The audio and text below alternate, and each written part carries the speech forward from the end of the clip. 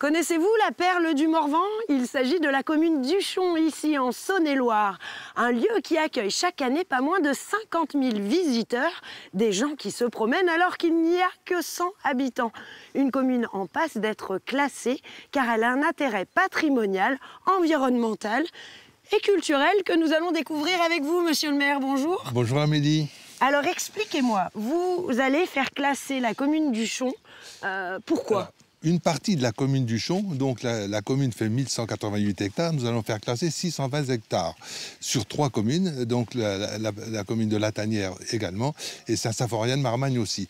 Pourquoi? Parce qu'une belle hêtraie de 130 hectares qui était en vente et qui était pratiquement voué à être rasé pour être en monoculture résineux. On a lancé une étude de classement, mais là on a élargi cette forêt en comprenant le site classé de l'oratoire et de l'église, le rocher de Carnaval qui est aussi un site classé, la pierre qui croule qui appartient à la commune de Latanière. Donc on a voulu englober ces 3 sites dans une zone de protection. Ça apporte quoi cette zone de protection? Admettons un exemple concret, la tour du château, vous voyez ici qui reste, personne n'aurait le droit de prendre une pierre pour aller la mettre dans son jardin. Ça deviendrait un délit. Ce site classé va avoir un nom, lequel? Alors, ce site a plein de chaos, et donc tous ces rochers fabuleux qui sont à Uchon sont chargés de légendes, et donc on a pris le thème de chaos légendaire d'Uchon. Bon, ce que je vous propose, c'est qu'on aille faire un petit tour du côté de l'oratoire pour parler patrimoine. Oui, on va aller rejoindre Laurence. Ça marche.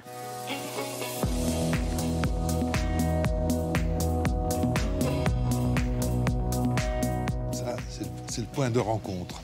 Bonjour. Bonjour Amélie.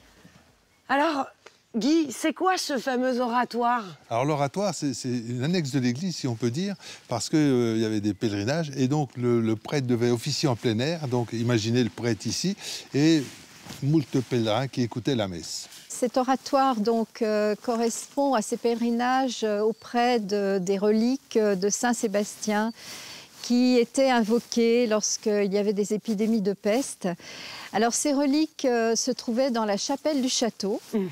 Et elles ont donc été amenées par le seigneur qui s'appelait Jean Ier de Châteauvillain. Okay. On a dénombré, il y a eu des comptages faits par l'évêché, plus de 2000 personnes qui traversaient la planche de Mèvre, donc la planche de Mèvre qui était sûrement le premier pont sur le Mévrin, et qui montait ici à Uchon.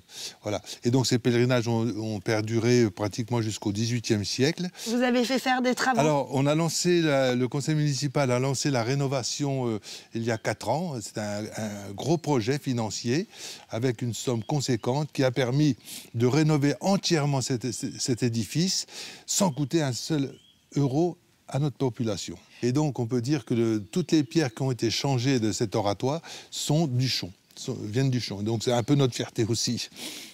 Bon, on continue avec les fiertés. Laurence, vous allez nous emmener pas très loin, là, pour parler du château du seigneur de... Châteauvillain. Châteauvillain. Eh ben, allons-y. Bon, Laurence, là, on est au cœur du château d'Uchon. Oui, tout à fait. Alors, derrière nous, derrière les gradins, se trouve la salle primitive du château qui date de l'an 1000. Ce château a appartenu surtout à de grandes familles de Bourgogne. Et je me suis attardée surtout sur l'une d'elles, puisque c'est Jeanne de Châteauvillain, donc, qui a été baronne d'Uchon. Et je raconte son histoire dans le livre donc, j'ai écrit la concernant.